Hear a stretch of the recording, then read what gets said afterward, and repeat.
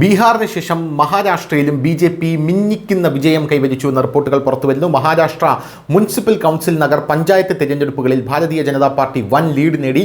നാമനിർദ്ദേശ പത്രിക പിൻവലിക്കാനുള്ള അവസാന തീയതിയിൽ 100 കോർപ്പറേറ്റർമാരെയും പാർട്ടിയുടെ 3 ചെയർമാൻമാരെയും എതിരില്ലാതെ തിരഞ്ഞെടുത്തു എന്ന റിപ്പോർട്ടുകൾ പുറത്തുവരുന്നു. അതായത് തിരഞ്ഞെടുപ്പ് മത്സരം ആരംഭിക്കുന്നതിന് മുമ്പ് തന്നെ ബി.ജെ.പി. വലിയ സ്കോർ നേടിയിട്ടുണ്ട് എന്നുള്ള റിപ്പോർട്ടാണ് പുറത്തുവരുന്നത്.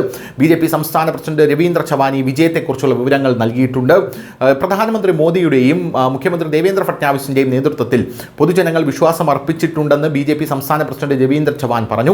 ബി.ജെ.പിയുടെ നയങ്ങളും വികസന വാഗ്ദാനങ്ങളും പലയിടത്തും പ്രതിപക്ഷം തിരഞ്ഞെടുപ്പിൽ മത്സരിക്കാൻ പോലും ധൈര്യപ്പെടാത്ത തരത്തിൽ സ്വാധീനം ചെലുത്തിയെന്ന് പാർട്ടി നേതാക്കൾ നിലവിൽ അവകാശപ്പെടുന്നുണ്ട്. സംസ്ഥാനത്തിന്റെ വിവിധ ഭാഗങ്ങളിൽ നിന്ന് എതിരില്ലാതെ വിജയിച്ചതിന്റെ കണക്കുകൾ ലഭിച്ചിട്ടുണ്ട്. വടക്കൻ മഹാരാഷ്ട്രയിലും പടിഞ്ഞാറൻ മഹാരാഷ്ട്രയിലും നിന്നാണ് ഏറ്റവും കൂടുതൽ സീറ്റുകൾ നേടിയത്.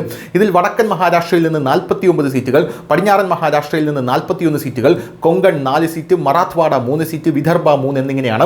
വടക്കൻ പടിഞ്ഞാറൻ മഹാരാഷ്ട്രകളിൽ ബി.ജെ.പിയുടെ പിടി കൂടുതൽ ശക്തമാക്കുന്നതിനായി ഈ കണക്കുകൾ വ്യക്തമാക്കുന്നുണ്ട്.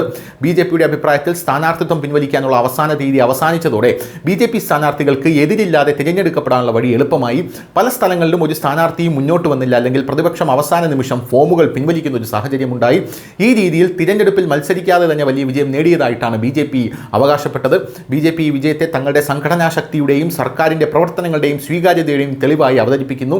എന്നിരുന്നാലും തിരഞ്ഞെടുപ്പിൽ യഥാർത്ഥ മത്സരം ഇനിയും നടക്കാനിരിക്കുന്നതേ ഉള്ളൂ എന്നാണ് പ്രതിപക്ഷം നിലവിൽ വിശ്വസിച്ചുകൊണ്ടിരിക്കുന്നത്. ന്യൂസ് ഡെസ്ക് ന്യൂസിൻ്റെ മലയാളം.